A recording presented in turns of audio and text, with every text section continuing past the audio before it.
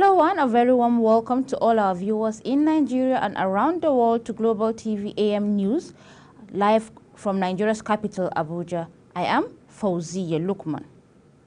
President Bola Tinubu has approved the nomination of Dr. Olayemi Michael Kodoso to serve as the new Governor of the Central Bank of Nigeria, CBN, for a term of 5 years at the first instance pending his confirmation by the Nigerian Senate.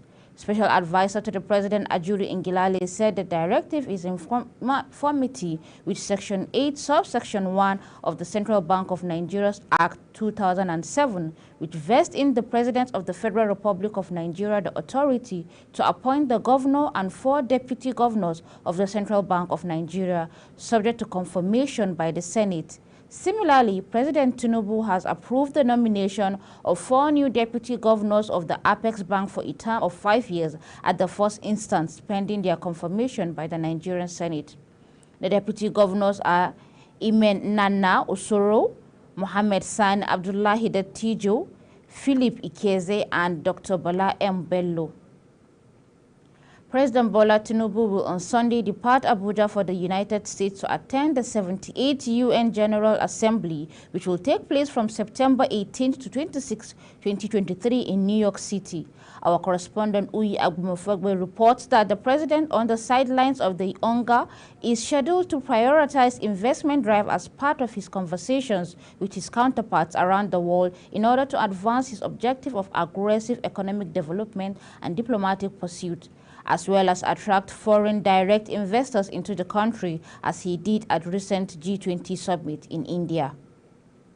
Briefing State House correspondents, Special Advisor on Media and Publicity to the President, Ajuri Ngilale, stated that President Tinubu will actively participate in 2 major summits at the UN, aside from the general debates of the Assembly. President Tinubu, according to him, will also meet with major chief executives and leaders of multinational firms cutting across multiple sectors of the economy as part of a series of crucial meetings and side activities that will have wide-ranging ramifications on the Nigerian economy. Sunday, His Excellency President Bola Ahmed Tinubu will be departing Abuja for New York to attend the United Nations General Assembly of 2023.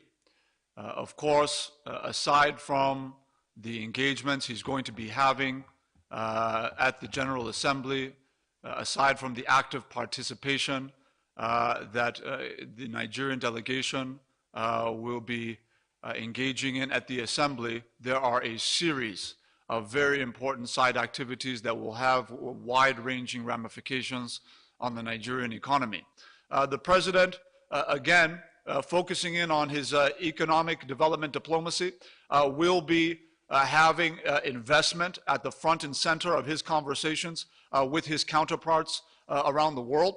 And these engagements include bilateral meetings on the sidelines with the President of the United States, with the President of Comoros, with the President of South Africa, with the President of the European Union Commission, with the Prime Minister of the Netherlands, with the King of Jordan, with the Algerian President, with the Brazilian President, and with the Spanish Prime Minister.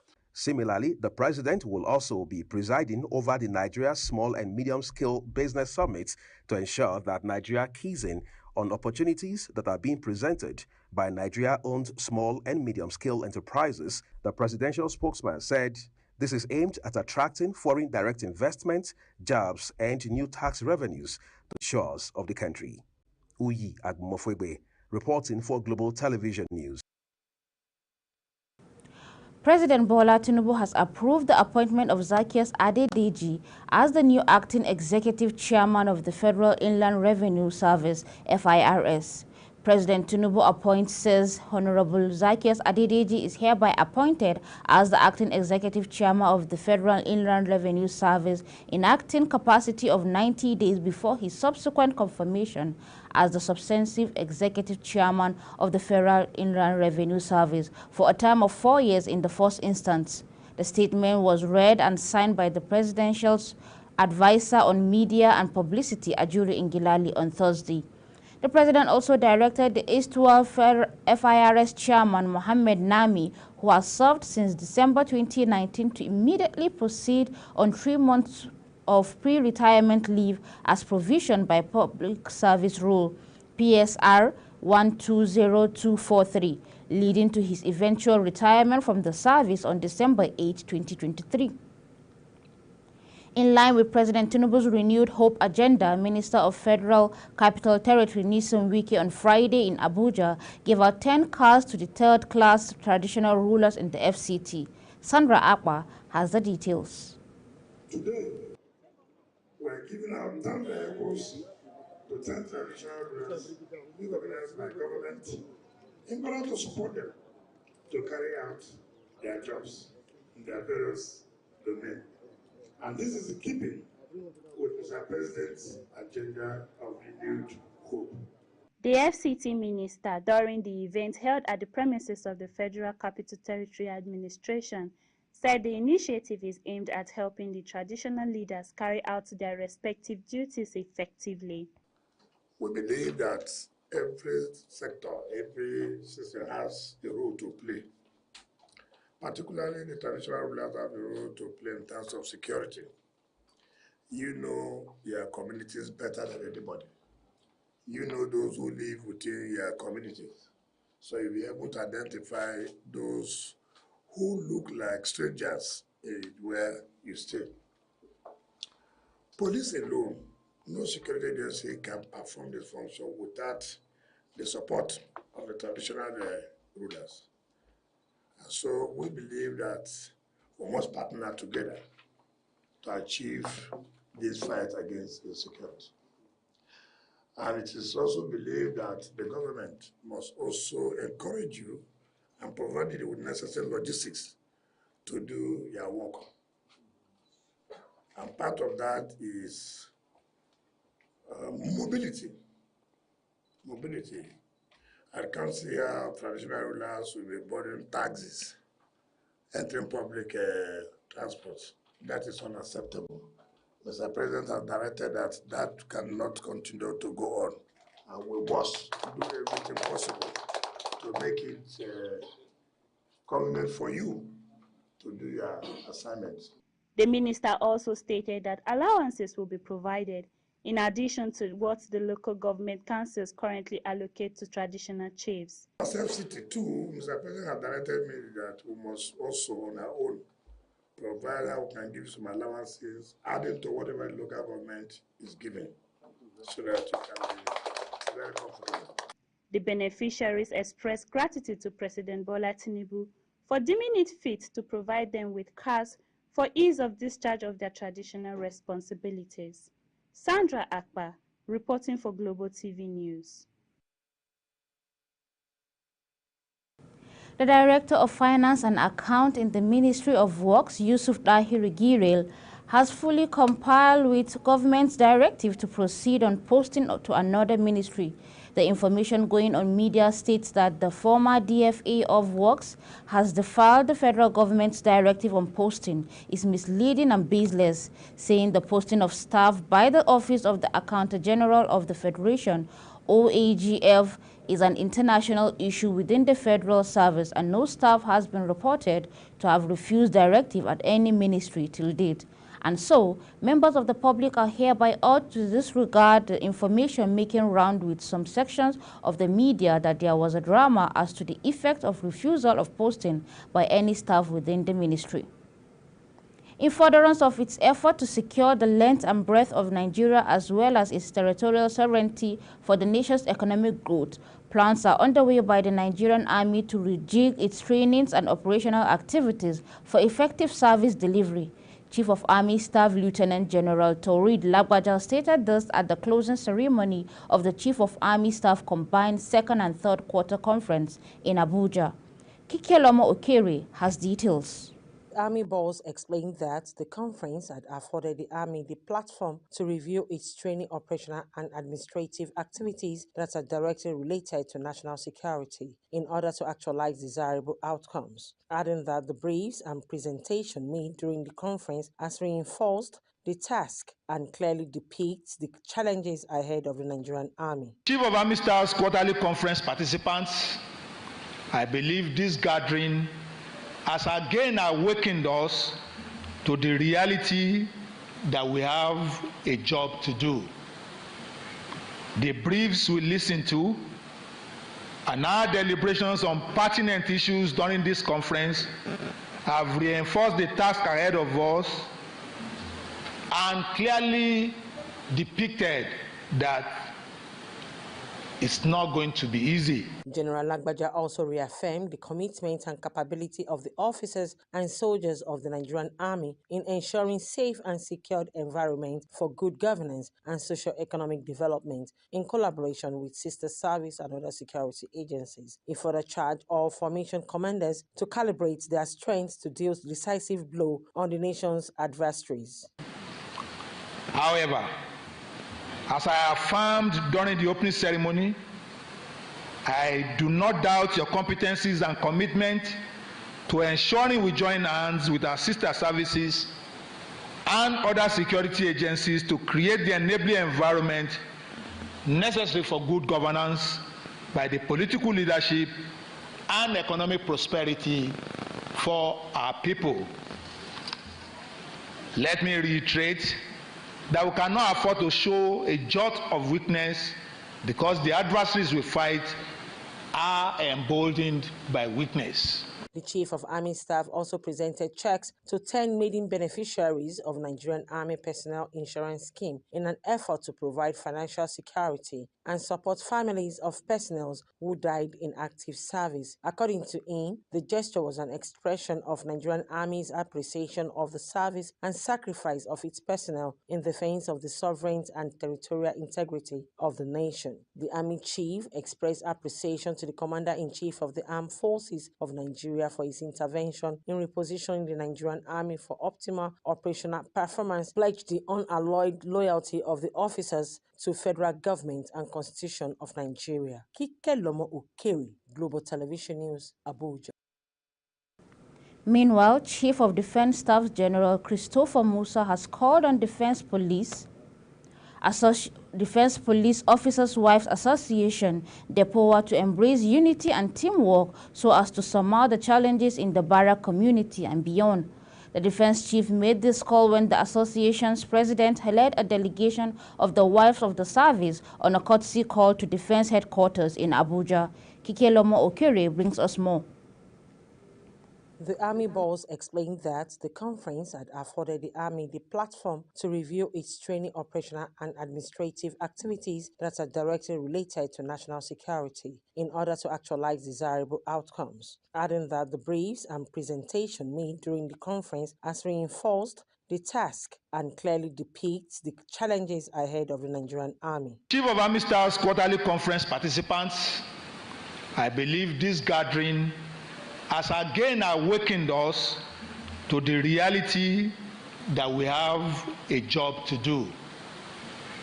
The briefs we listened to and our deliberations on pertinent issues during this conference have reinforced the task ahead of us and clearly depicted that it's not going to be easy.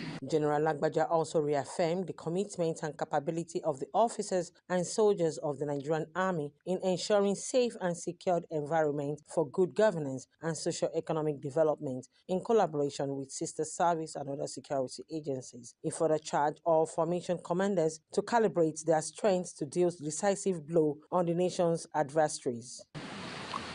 However, as I affirmed during the opening ceremony, I do not doubt your competencies and commitment to ensuring we join hands with our sister services and other security agencies to create the enabling environment necessary for good governance by the political leadership and economic prosperity for our people. Let me reiterate that we cannot afford to show a jot of weakness because the adversaries we fight are emboldened by weakness. The Chief of Army Staff also presented checks to 10 maiden beneficiaries of Nigerian Army Personnel Insurance Scheme in an effort to provide financial security and support families of personnel who died in active service. According to him, the gesture was an expression of Nigerian Army's appreciation of the service and sacrifice of its personnel in defense of the sovereignty and territorial integrity of the nation. The Army Chief expressed appreciation to the Commander-in-Chief of the Armed Forces of Nigeria for his intervention in repositioning the Nigerian Army for optimal operational performance, pledged the unalloyed loyalty of the officers to federal government and Constitution of Nigeria. Kike Lomo Ukeri, Global Television News, Abuja. The federal government on Thursday announced the successful restoration of the collapsed national electricity transmission grid across the country. Nigeria's Minister of Power, Adebayo Adelabu, announced the successful restoration of the national electricity transmission grid and normal power supply has been reinstated across the affected areas in the series of tweets on his X handle. Following the numerous challenges posed by the continued presence of unauthorized persons on the various highways around the country in the guise of revenue collection, the Acting Inspector General of Police, IGP Olukayode Egbetokun, has ordered all state commissioners of police to immediately commence the dismantling of such non-security points within their areas of responsibilities. Kike Lomo Ukere reports that the acting IGP gave the order while meeting with strategic police managers in Abuja. According to the information received by the police operatives, some officers are engaging in mischievous activities such as the seizure of vehicles, collection of fines, and other unlawful activities in the checkpoint. In lieu of this, the acting ensures accountability and transparency within the force. The Nigerian Police Force has taken steps such as reinforcing the IGP monitoring unit and the complaint response unit based at the force headquarters to arrest violators and prosecute after dismantling the checkpoints.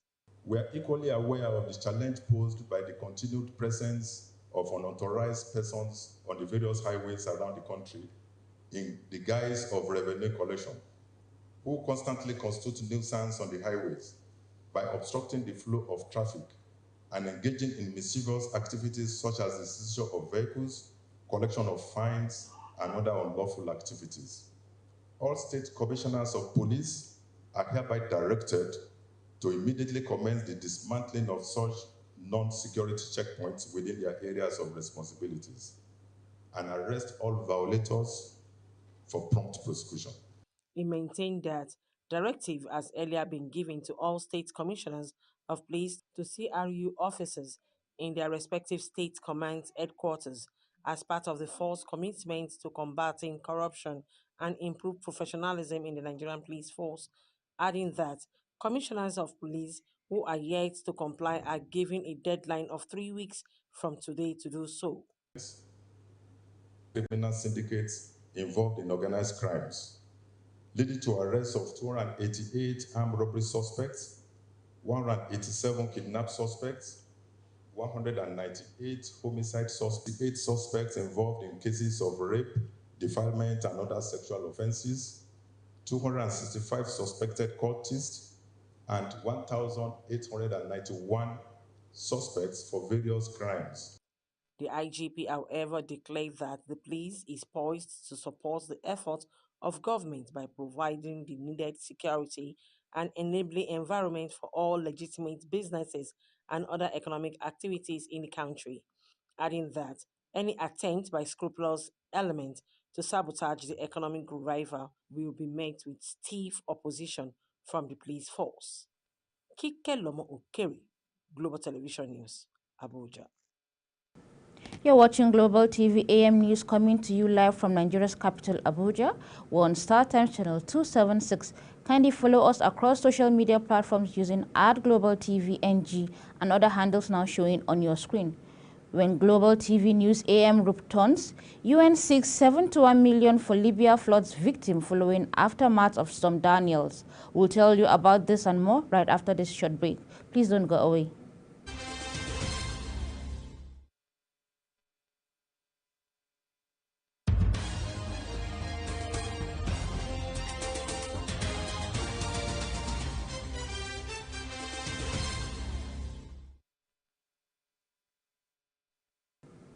Welcome back to Global TV Television, bringing you live broadcasts of the News AM from Nigeria's capital, Abuja. The United States heads of air forces in Europe and air forces in Africa have said that the U.S. military have resumed operations in Niger, flying drones and other aircraft out of air bases in the country more than a month after the coup halted activities. Since the July coup that removed President Mohamed Bazoum, the nearly 1,100 U.S. soldiers deployed in the West African country have been confined in their military bases. In the meantime, the junta has continually faced a series of severe constraints. The coup leaders have already put an end to the single-window system set up by Mohamed Bazoum to limit embezzlement of funds and corruption in the public administration. As a result, revenue from custom and tax services again paid into the public treasury account, which will allow the junta to freely plunder public funds. United Nations Under-Secretary General for the Humanitarian Affairs and Emergency Relief Coordinator, Martin Griffiths, on Friday has said that it is unable to determine the extent of damage done by Storm Daniel.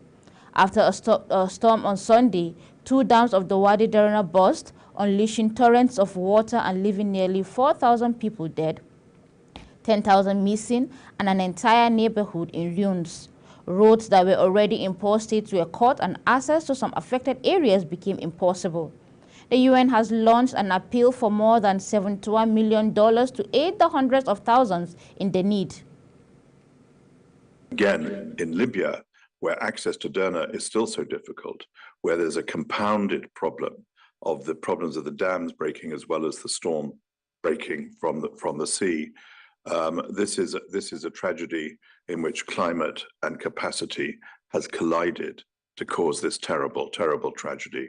The problem, we're not there yet in Libya. We don't know the extent of the problem. The floods and the torrents and the destroyed buildings and the sludge still conceal the level of need and death. Well, that's it on Global TV News AM, coming to you live from Nigeria's capital, Abuja. We are on StarTimes channel 276. Kindly follow us across social media platform handles using @GlobalTVNG or social handles now showing on your screen. I am Fauziya Lukman. Thank you very much.